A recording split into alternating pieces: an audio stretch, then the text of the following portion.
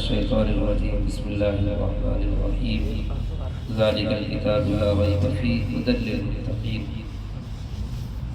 الذين يؤمنون بالغيب ويقيمون الصلاة ومما رزقناهم ينفقون صدق الله العظيم وصدق رسوله النبي الكريم ونحن على ذلك لمن الشاهدين والشاكرين والحمد لله رب العالمين۔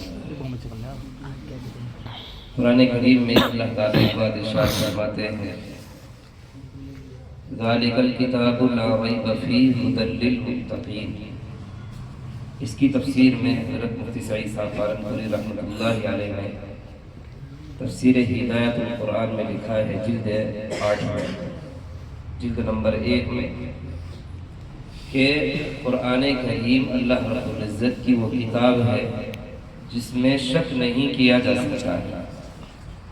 اب شک دو طرح سے ہوتا ہے، ایک شک ہوتا ہے کہ انسان عبارت کے اعتبار سے شک کرے، یعنی لکھی ہوئی جو آیتیں ہیں ان میں شک کرے، اور ایک ذہن کے اعتبار سے انسان شک کر سکتا ہے کہ واقعتاً یہ کتاب اللہ تعالیٰ کی جانب سے نازل کی ہوئی ہے یا نہیں ہوئی۔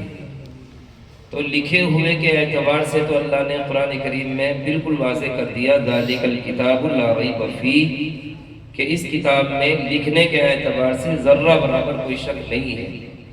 اور پھر اسی سورہ بقرہ کی آیت نمبر 23 اور 26 کے اندر اللہ تعالیٰ نے جو لوگ ذہنی اعتبار سے قرآن کریم کے منزل من اللہ ہونے پر، یعنی اللہ کے نازل کرنے پر شک کرتے ہیں، اللہ نے ان کا ٹھکانہ آیت نمبر 23 اور 24 میں ذکر فرمایا ہے۔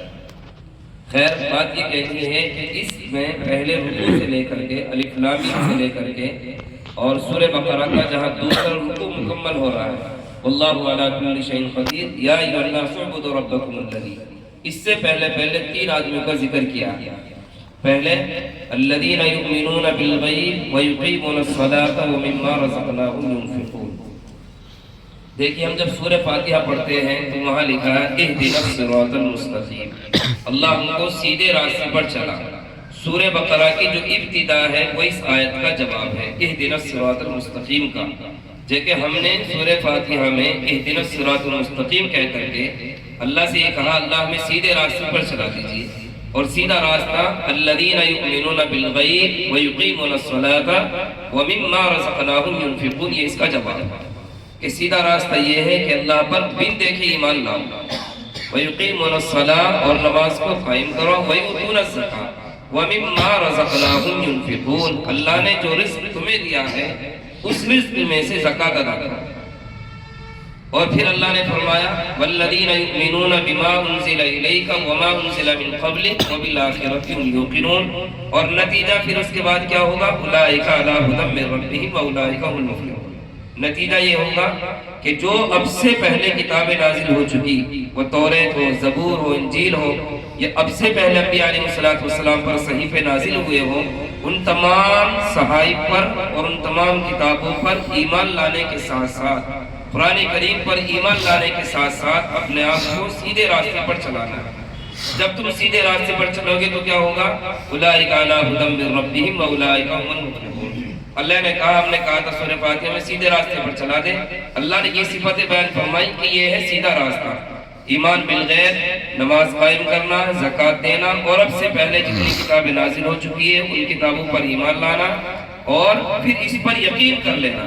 اب کیا ہوگا، یہی لوگ ہدایت پر ہیں، اور پھر نتیجہ اولئک ھم المفلحون، اور یہی لوگ کامیاب ہیں دنیاوی اعتبار سے بھی اور آخرت کے اعتبار سے۔ پھر اللہ نے فرمایا کہ ہدی للمتقین کی تفسیر بس مختصر سے وقت میں کر دوں۔ علماء نے فرمایا کہ ہدی للمتقین کا ترجمہ یہ ہدایت ہے متقیوں کے لیے۔ اب متقی ایمان والے بھی ہو سکتے ہیں اور غیر ایمان والے بھی ہو سکتے ہیں۔ اب سوال یہ ہوتا ہے جی کہ غیر ایمان والے متقی کیسے ہو سکتے ہیں؟ تو اللہ نے فرمایا کہ جو غیر ہدایت یافتہ ہوتے ہیں، جو غیر مسلم ہوتے ہیں، اگر وہ قرآن کریم کے معجزات کو دیکھے اور قرآن کریم کو پڑھے، اس کی تفسیر کے اندر جائے اور اس کو جانچے پرکھے اور پھر ایمان لے آئے، تو اب یہ لوگ بھی ہدی للمتقین کے اندر آ جائیں گے۔ اگر ایمان نہ لائے تو فرمایا ان الذین کفروا سواء علیہم اانذرتہم ام لم تنذرہم لا یؤمنون۔ ختم اللہ علی قلوبہم وعلی سمعہم وعلی ابصارہم غشاوہ، اور ان کا عذاب کیا ہوگا؟ وَلَهُمْ عَذَابٌ أَلِيمٌ، نتیجہ ان کا دردناک عذاب ہوگا۔ یعنی اللہ کہنے چاہتے ہیں کہ ہمارے قرآن کے اندر غور و فکر کرنے کے بعد اگر ایمان نہیں لائے اور سیدھے راستے پر نہیں آئے تو ان کے لیے اب دردناک عذاب ہے۔ اور دردناک عذاب کیوں ہے؟ ختم اللہ علی قلوبہم وعلی سمعہم وعلی ابصارہم غشاوہ۔ کتنی بہترین بات لکھی علماء نے کہ دیکھو قرآن کریم نے کہا ہم نے دل پر اور کانوں پر مہر لگا دی، اور جب آنکھوں کا معاملہ ہے تو اللہ نے کہا ہم نے تمہاری ان کی آنکھوں پر کیا ڈال دیا؟ پردہ ڈال دیا۔ اب سوال یہ ہوتا ہے کہ بھئی پردہ تو دل پر آنکھوں پر بھی تو مہر لگائی جا سکتی تھی۔ علماء نے جواب دیا ہے کہ دل اور کان یہ ایسی دو چیزیں ہیں کہ چاروں طرف سے آواز آتی ہے اور ان کے اوپر آ کر کے اثر کرتی ہے، لیکن جب ہم آنکھ کو دیکھتے ہیں تو آنکھ چاروں سمت کا نہیں دیکھتی ہے، آنکھ صرف سامنے کا دیکھتی ہے۔ اسی لیے اللہ نے فرمایا کہ مہر لگا دی، اب کوئی بات اچھی اگر آدمی کرے گا تو ان کی دل پر اس کا اثر نہیں جائے گا۔ ایسے ہی کوئی آدمی اگر اچھی بات کرے گا تو اس کے کان اس کی ان باتوں کو قبول نہیں کریں گے، اور اگر کوئی آدمی اچھی چیزوں کو دیکھے گا تو آپ نے ان کی آنکھوں پر پردہ ڈال دیا، وہ اچھی چیز اسے اچھی نہیں لگے گی، بلکہ وہ لوگ سمجھیں کہ یہ تو بیکار کی چیز ہے۔ وَلَهُمْ عَذَابٌ أَلِيمٌ، اور پھر اللہ نے فرمایا کہ ہم نے ان کے لیے دردناک عذاب تیار کر رکھا ہے۔ ہمیں چاہیے کہ قرآن کریم جو ہماری رہبری کرتا ہے، اور قرآن کریم صرف قرآن کھانے کے لیے نہیں ہے، قرآن کریم تو انسان کی رہبری کرتا ہے۔ ضروری یہ ہے کہ انسان قرآن کریم کی رہبری میں آئے۔ جو انسان قرآن کریم کی رہبری میں آ گیا اور حقیقت میں اس پر چل گیا، اس کو اللہ تعالیٰ دنیا میں ہی جنت کا مزہ دکھاتے ہیں، اور اللہ تعالیٰ اس کی دنیا ہی کو جنت بنا دیتے ہیں۔ پھر آگے آئیں گے جب یہ رکوع مکمل ہونے کے بعد اللہ نے تیسرے فرقے کا ذکر کیا، وہ ہے منافق۔ اللہ ہم سب کی حفاظت فرمائے۔ اللہ نے فرمایا ان المنافقین فی الدرک الاسفل من النار۔ دیکھیں جب ہم جائیں گے سورہ بینہ میں، ان الذین کفروا من اہل الکتاب والمشرکین فی نار جہنم خالدین فیہا اولئک هم شر البریہ۔ اور پھر ایمان والوں کا یہ قرآن کریم کا اسلوب ہے اور طریقہ ہے کہ جب قرآن کریم پہلے اگر کفر کو ذکر کرتا ہے فوراً ایمان کو ذکر کرتا ہے، اگر پہلے ایمان کو ذکر کرتا ہے تو فوراً کفر کو ذکر کرتا ہے، اگر کہیں قرآن کریم کفر والوں کا انجام کو ذکر کرتا ہے تو وہیں قرآن کریم فوراً اس کے بعد ایمان والوں کے نتیجے کو اور اس کے ٹھکانے کو ذکر کرتا ہے۔ آپ جب جائیں گے سورہ بینہ میں دیکھیں گے تو فوراً جیسے کفار کا ذکر کیا ہے، اللہ تعالیٰ نے ایمان والوں کا فوراً ذکر کر دیا۔ اولئک هم خیر البریہ جزاؤہم عند ربہم جنات عدن تجری من تحتہا الانہار خالدین فیہا۔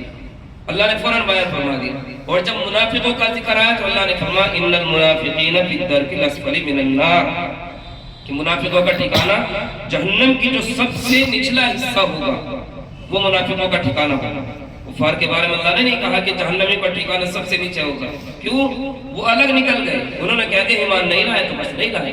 ایمان والے الگ نکل گئے، انہوں نے کہہ دیا ایمان لے آئے تسلیم کر لیا تو الگ ہو گئے۔ لیکن منافق جو ہے دوگلا پن اس کے اندر پایا جاتا ہے، میرے من نے چاہا ادھر اچھا لگا تو ادھر چلا گیا، ادھر اچھا لگا تو ادھر چلا گیا۔ اسی لیے اللہ نے فرمایا کہ ہم منافق کا جو ٹھکانہ بیان فرماتے ہیں وہ سب سے نیچے کا حصہ ہے۔ اس لیے ہمیں چاہیے کہ ہم نفاق سے بھی اللہ سے بری ہونے کی دعا کریں کہ اللہ ہم سب کو نفاق سے محفوظ فرمائے۔ خیر جو موٹی موٹی باتیں تھی میں نے آپ حضرات کے سامنے عرضی کی ہے، اللہ سے دعا یہ اللہ سب سے پہلے مجھے اور ہم سب کو عمل کرنے کی توفیق نصیب فرمائے۔ وآخر دعوانا الحمدللہ رب العالمین۔